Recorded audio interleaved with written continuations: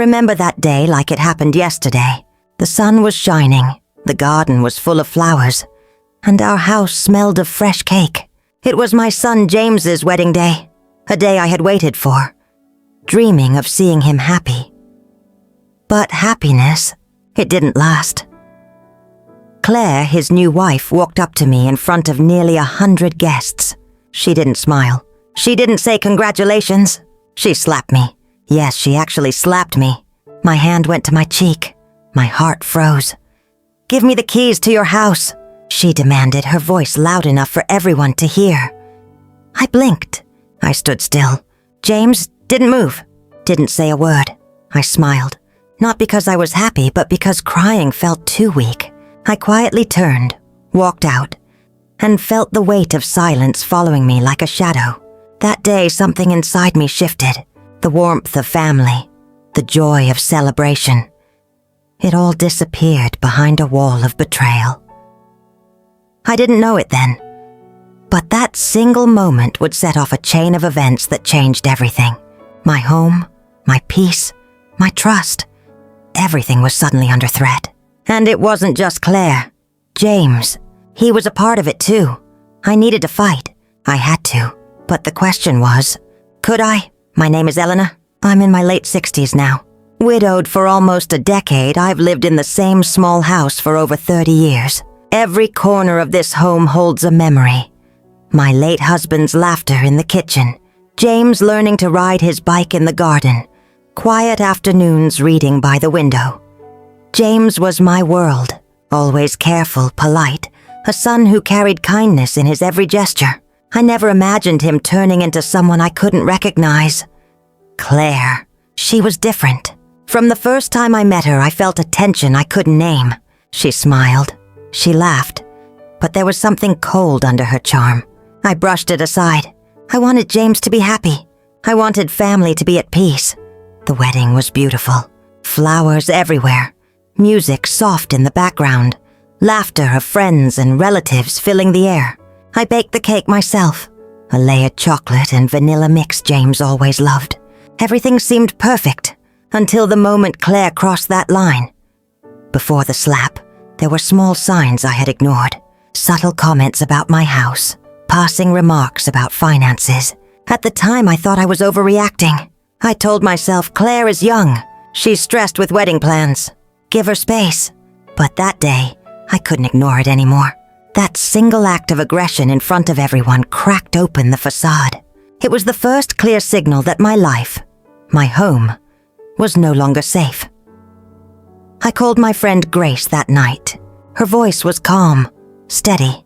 "Eleanor, you have to protect yourself," she said. I nodded, though the fear settled deep in my chest. I didn't know it yet, but this was only the beginning. After the wedding, Claire's hostility didn't end.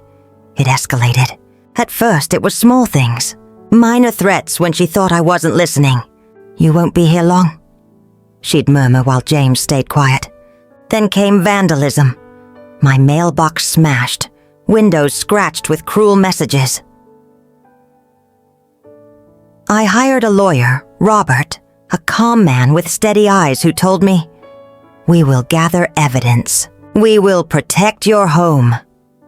And so we started quietly collecting everything. Security footage, witness statements, even emails and financial records. But the emotional toll was heavier than I expected. I felt betrayed by James, who refused to speak up. "Mom, Claire is under pressure. She didn't mean it," he said, a weak excuse that broke my heart. I remember lying awake at night, staring at the ceiling, thinking of all the memories tied to my home. Every room felt vulnerable, every corner a reminder of Claire's words. And yet, I refused to leave. One night, Claire came to the door, late, when the street was silent. "You should sell now," she said, her tone almost casual. My pulse raced. I called the police immediately, and Robert filed for legal protection. That was when I realized I couldn't fight this alone. I had to rely on friends, family, and the law. Grace stayed with me, even sleeping in the guest room, making tea quietly while I tried to sleep. She reminded me, You didn't do anything wrong. Stand firm, Eleanor.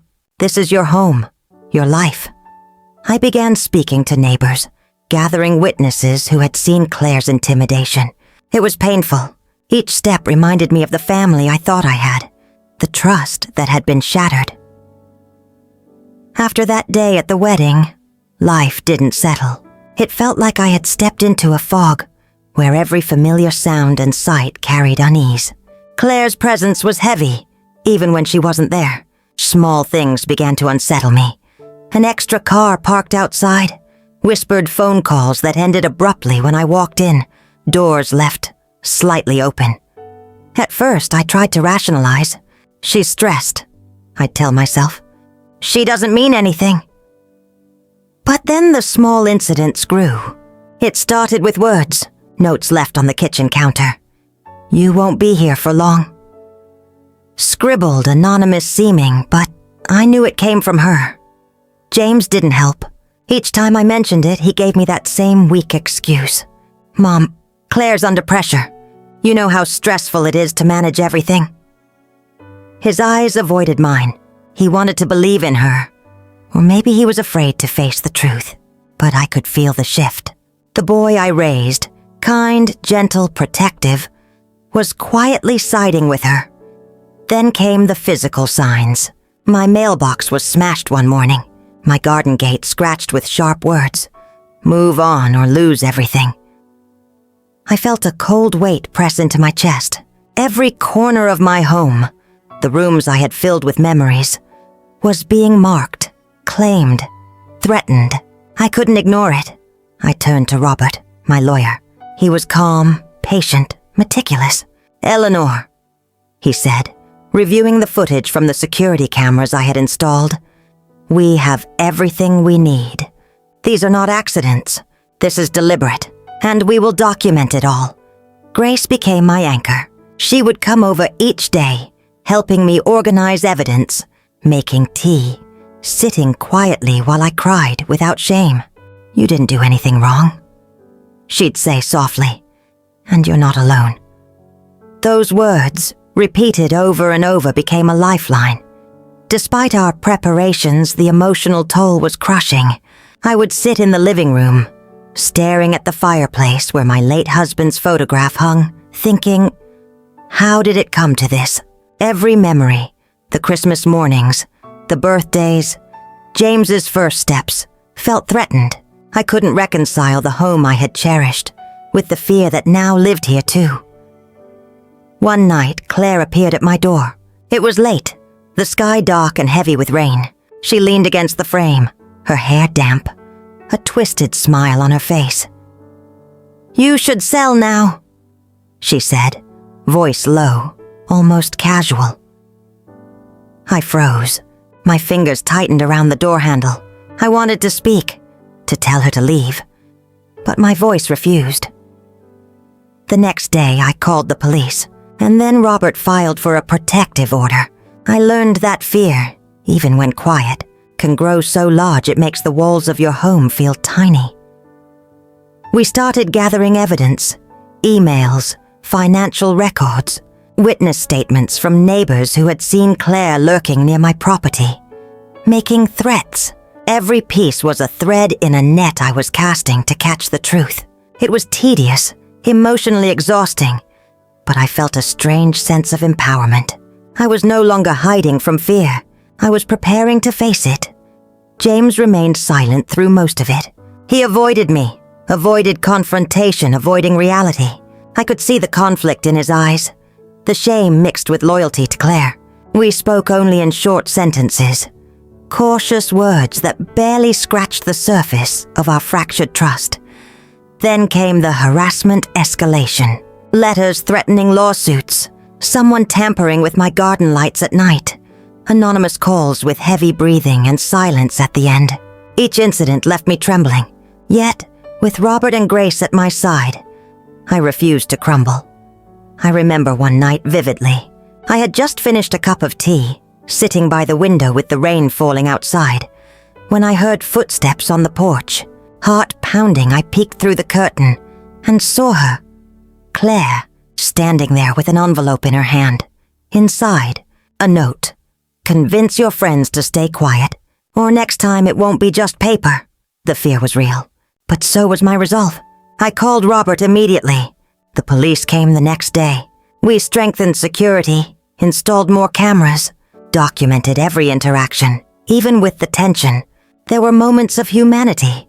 Neighbors bringing over meals, Grace holding my hand when tears spilled down my cheeks, reminding me that I wasn't powerless. These quiet acts were the light in the darkness, proof that love and loyalty existed even when betrayal loomed large. Then the financial manipulation surfaced. I discovered that Claire and James had forged documents, loan applications against my property, financial claims made without my knowledge. My stomach sank. This wasn't just anger or control. This was a deliberate attempt to take everything from me. With Robert's guidance, we traced every document, every email, and every phone call. I remember the day we gathered in his office, the papers spread across the table. My hands shook, but my voice remained steady. "We can stop this," I said, almost to myself. Grace smiled. "Yes, Eleanor, you will stop this." It was the first time in weeks I felt a spark of hope. Not yet victory, not yet relief, but hope. The rising storm of fear and tension was met with preparation, with evidence, with allies who refused to let me face this alone. I never thought a simple home could feel so unsafe. But by the time Claire's harassment escalated, I realized my entire life, the house, my memories, even my trust in my own son, was under siege. One morning, I found my mailbox completely destroyed. Letters and bills were scattered on the wet ground. I picked them up slowly, my hands trembling. My mind kept returning to that day at the wedding. Claire's face, her words, James standing silently. I felt an ache in my chest, deeper than fear. It was betrayal. I whispered to myself, how did it come to this? Robert had insisted we document everything, and I had learned to do so meticulously. Every phone call, every note, every strange visit to my house, recorded. And yet, the thought of taking Claire and James to court filled me with dread. But I had no choice. Grace sat beside me, her hand warm around mine. "Eleanor, you're strong. You can do this," she said. "I feel so tired," I admitted. "It's like I'm watching my life fall apart in pieces." She squeezed my hand. "And that's why we fight, because your life isn't theirs to take." Robert arrived carrying folders of evidence. "Eleanor," he said gently, "the court will see the truth. But we need your courage now more than ever. Are you ready?" I nodded, though doubt clung to me. I was ready to speak, ready to show the world the letters, the threats, the forged documents. But there was another part of me that feared James's reaction. Would he finally defend me? Or would he continue to side with Claire? The day before the first hearing, Claire came to my door. Her expression was cold, almost mocking. "You really think the law can protect you?" she said, tilting her head. "James and I, we have plans. You won't stop us." I stared at her, my heart hammering. "I'm not afraid of lies, Claire. I will not give up my home. I will not give up my life." Her laugh was sharp. "We'll see about that." She left, slamming the door so hard the windows rattled.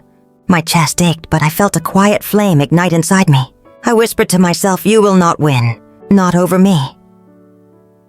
The courtroom smelled of polished wood and tension. I sat with Robert and Grace beside me. Claire and James were on the other side, her smirk confident, his face strained. Robert began, presenting the evidence. Photos of vandalized property, letters, security footage, and documents showing Claire's attempt to forge a loan against my house. I watched Claire's expression falter as Robert spoke calmly, pointing out each violation with clear facts. Then, the turning point. James was called to testify. I held my breath. He stood, his hands trembling slightly. His eyes met mine, and I could see the conflict, the shame, the fear, the loyalty tangled inside him. "Mother, I didn't want to believe it," he said quietly, voice shaking. "But Claire, I was part of it too. I didn't stop her. My chest tightened. I wanted to reach for him, to pull him close, to comfort him. But the courtroom was not a place for tears. I simply nodded, letting the weight of his confession sink in. Robert guided the questioning. James, what actions did you take to aid Claire in her attempts? He swallowed hard. I signed documents, sometimes without reading. I thought I was helping our financial situation. I didn't think it would hurt Mom. Silence filled the room. I could hear my own heartbeat. As James spoke, my mind wandered to the countless nights I had lain awake, wondering if he had chosen Claire over me. Each small act of betrayal now made sense. The avoidance, the silence, the subtle dismissals. But despite the heartbreak, I felt something I hadn't expected. Relief. The truth was finally coming out. Maybe now there's a chance. After that day, Claire didn't back down. She tried to bribe a witness, a neighbor who had seen her damaging my property. She called late at night, threatening to ruin lives if the truth came out. I remember receiving the call. The voice was silky, almost pleasant, but the menace underneath was clear. "You think you're clever," she said. "But people like you, they don't survive." I felt a surge of fear, followed immediately by determination. I hung up, called Robert, and he alerted the police. This was beyond mere legal action.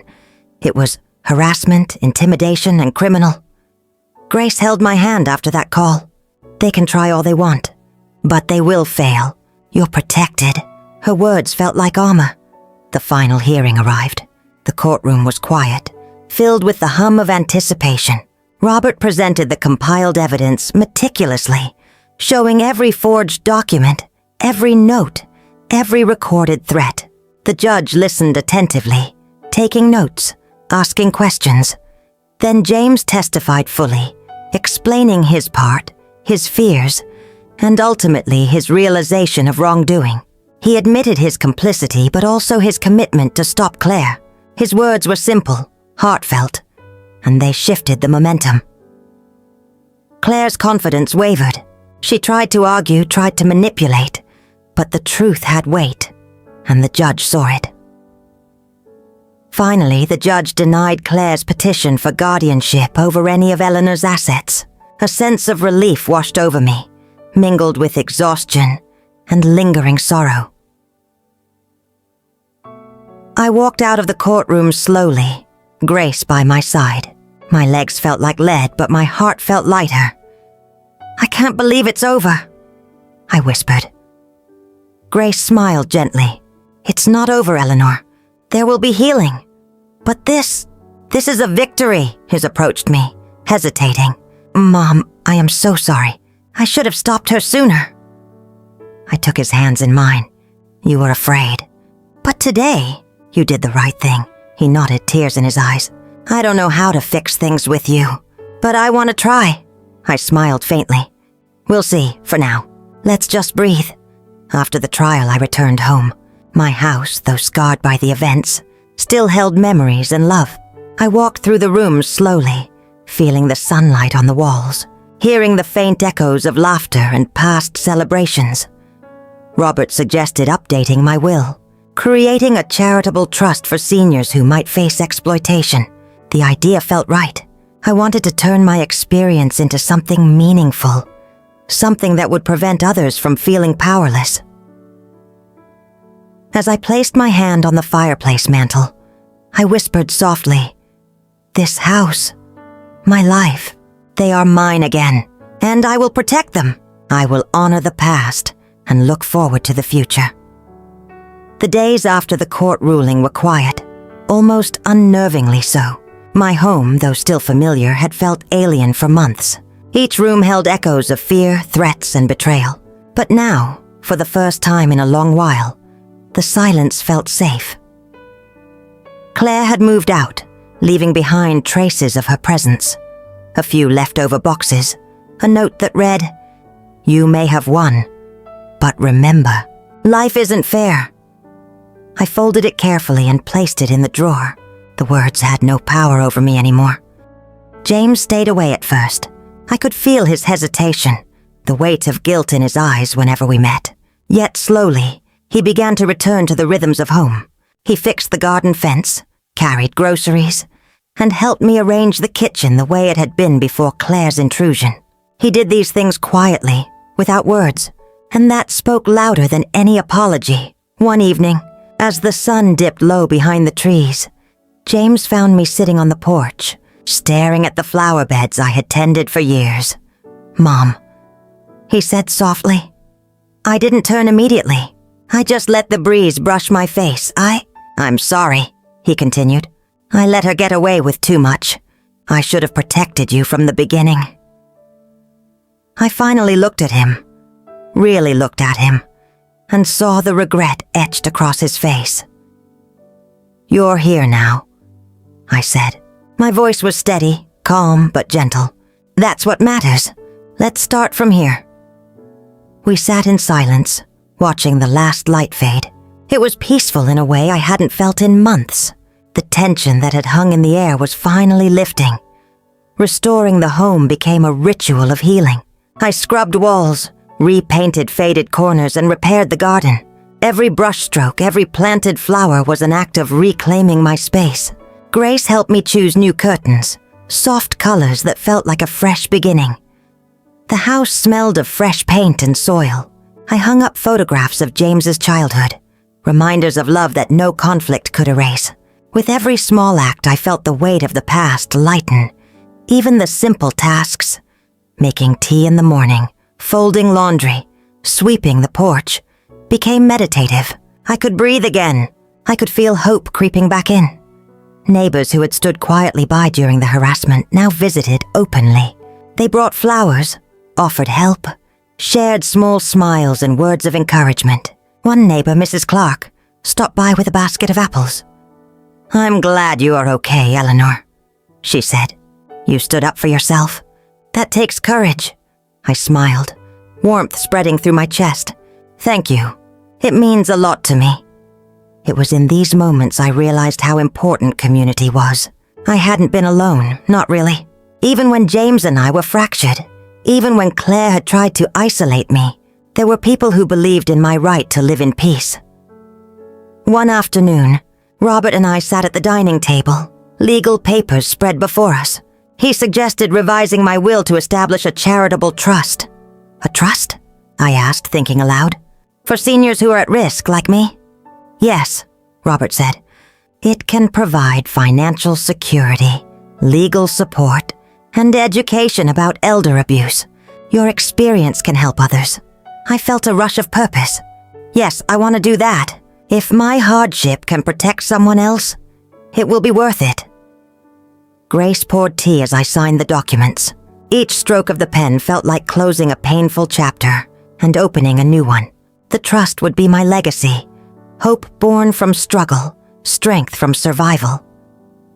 Evenings became my favorite time of day. I would sit by the window watching the sun sink behind the trees, the garden glowing in the golden light. Sometimes James would sit beside me, sometimes Grace, sometimes just the quiet companionship of solitude. I found comfort in simple rituals. I brewed my tea, read my books, tended my plants.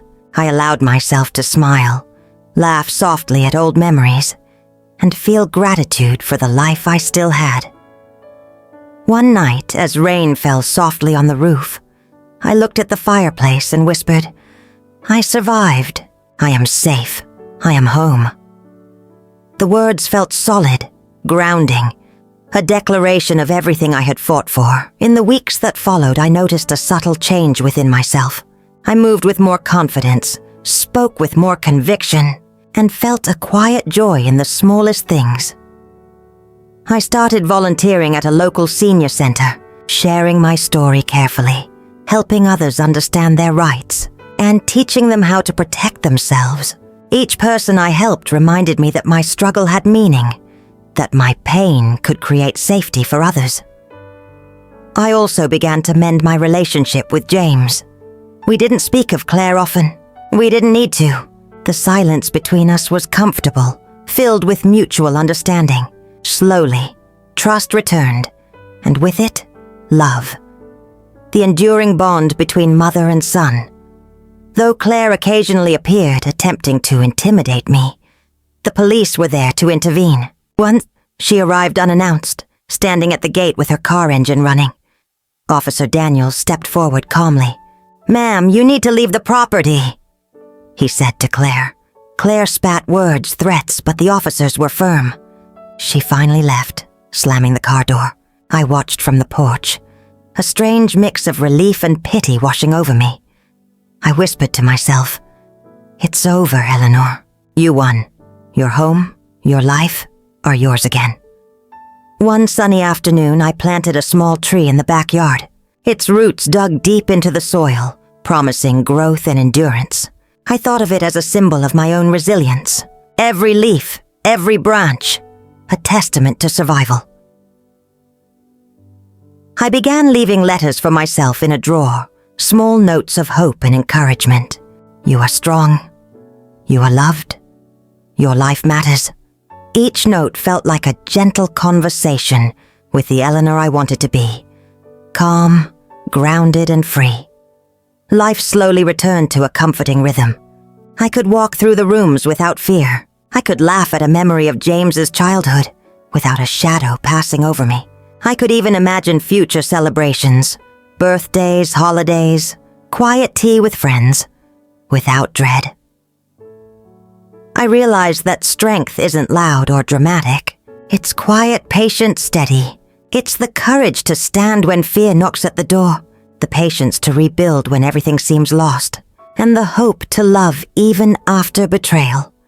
Sitting by the window, watching the sunset, I whispered, "I am home. I am safe. I am ready." And for the first time in what felt like forever, I believed it. I often sit on my porch in the evenings, letting the warm light of the sun spill across the garden I've tended for decades. There's a softness in these moments that I had forgotten existed. The air smells of earth and flowers, carrying a calm that feels almost sacred. For a long time, the world felt heavy, filled with threats I couldn't escape. Now it feels quiet, gentle, and full of possibilities. Sometimes I close my eyes and remember the wedding day. The day everything changed. Claire's anger, the slap, the words that cut deeper than any knife. I remember James's silence, the shock, the betrayal. For months I carried those images in my mind, replaying them, feeling the weight of fear and sorrow. But now, I see them as part of a journey I survived, not as the defining moment of my life, but as a challenge that showed me the strength I didn't know I had. Grace often joins me on the porch, bringing tea and a comforting presence that feels like sunlight. "You've come a long way," she says quietly, watching me sip from my cup. I nod. "I've learned something important," I reply. Strength doesn't always roar. Sometimes it whispers. It waits. It grows quietly. She smiles, and for a moment we sit together in silence, feeling the breeze on our faces, the steady rhythm of life around us. James and I are slowly finding our way back to each other. Words are no longer heavy with guilt. Actions now speak louder, small gestures that show care and consideration. He helps in the garden, sometimes with no expectation of thanks. He listens when I speak, and I listen when he talks about his own fears and regrets. One afternoon, as we trimmed the hedges together, he paused and looked at me. "Mom, I want to be better," he said softly. "Not just for you, but for myself too." I rested my hand on his shoulder. "It's never too late, James. What matters is what we do now. We rebuild, slowly, carefully, with love. Those moments are quiet victories.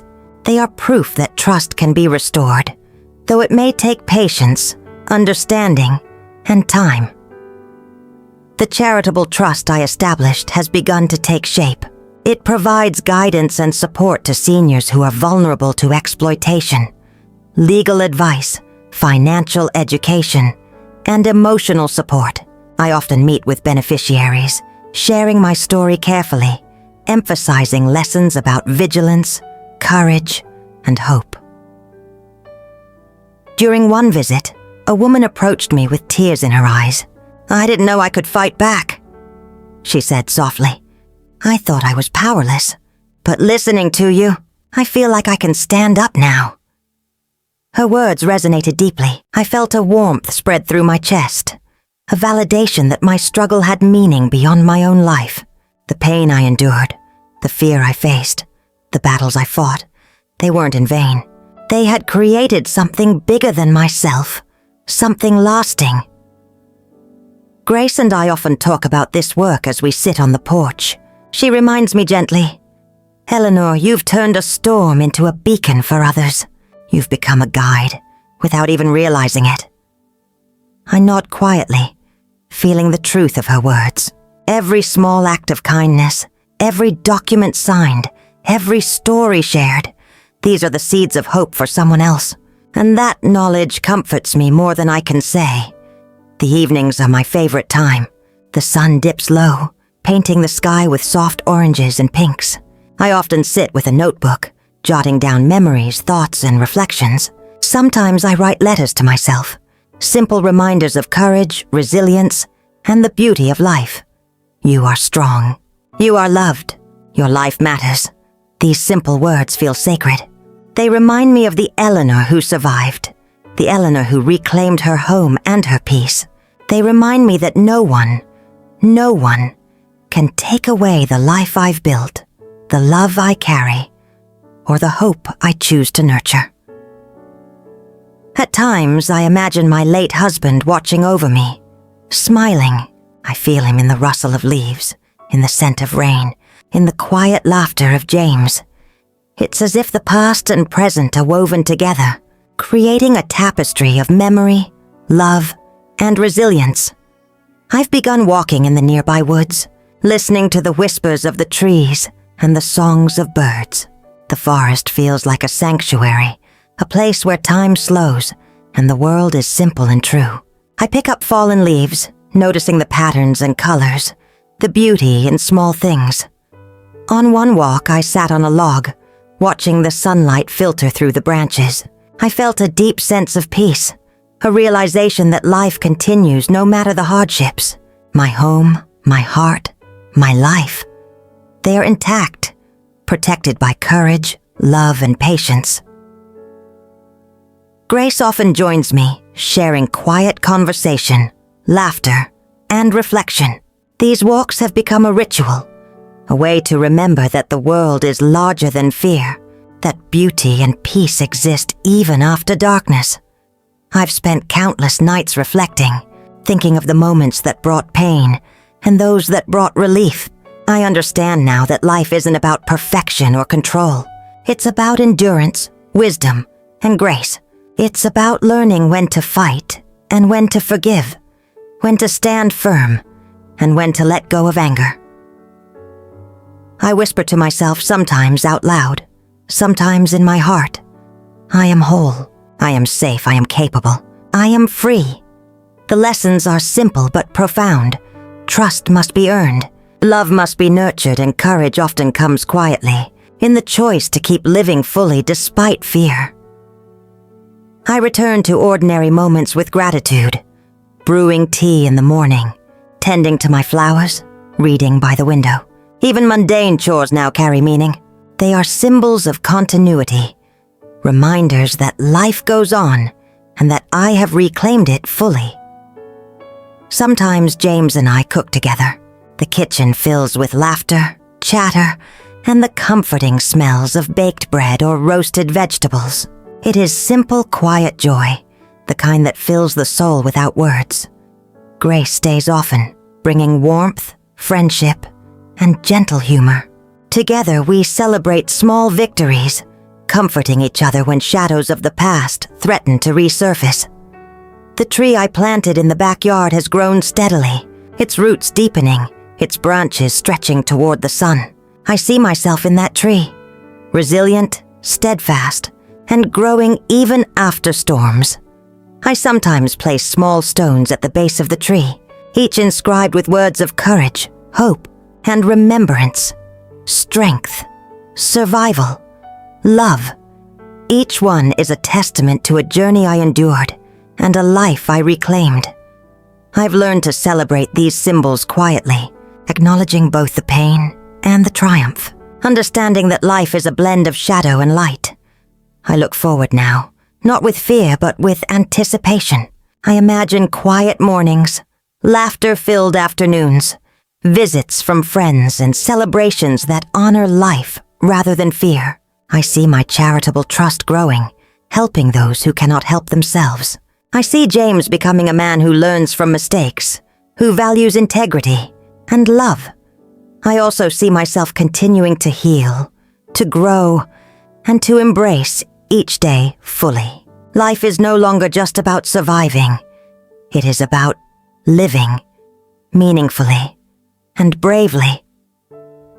I whisper softly to the wind, to the trees, to the garden that has watched me grow. I am Eleanor. I have endured. I have reclaimed my life, my home, my joy. I have transformed fear into purpose, pain into wisdom, and loss into love. The future is mine to embrace, with hope in my heart, courage in my soul, and gratitude in every breath. The sun dips behind the horizon, casting long shadows across the garden. I take a deep breath, feeling the weight of the past lift, leaving only peace and possibility. And in that moment, I understand fully. Strength is quiet. Resilience is patient. Love is enduring. And life is always worth fighting for. I close my eyes and smile, knowing that tomorrow and every day after will be lived fully, with courage, grace, and unwavering hope. The story we have told is fictional, but is based on some real events. The names and places have been changed to protect the identity of those involved. We're not sharing this to pass judgment, but in the hope that someone listens and pauses to think. How many mothers are suffering in silence inside their own homes? I'm so curious. If you were in my place, what would you do? Would you choose to stay silent to keep the peace? Or would you dare to face it all to get your voice back? I want to know what you think, because every story is a candle that can light the way for someone else. God always blesses.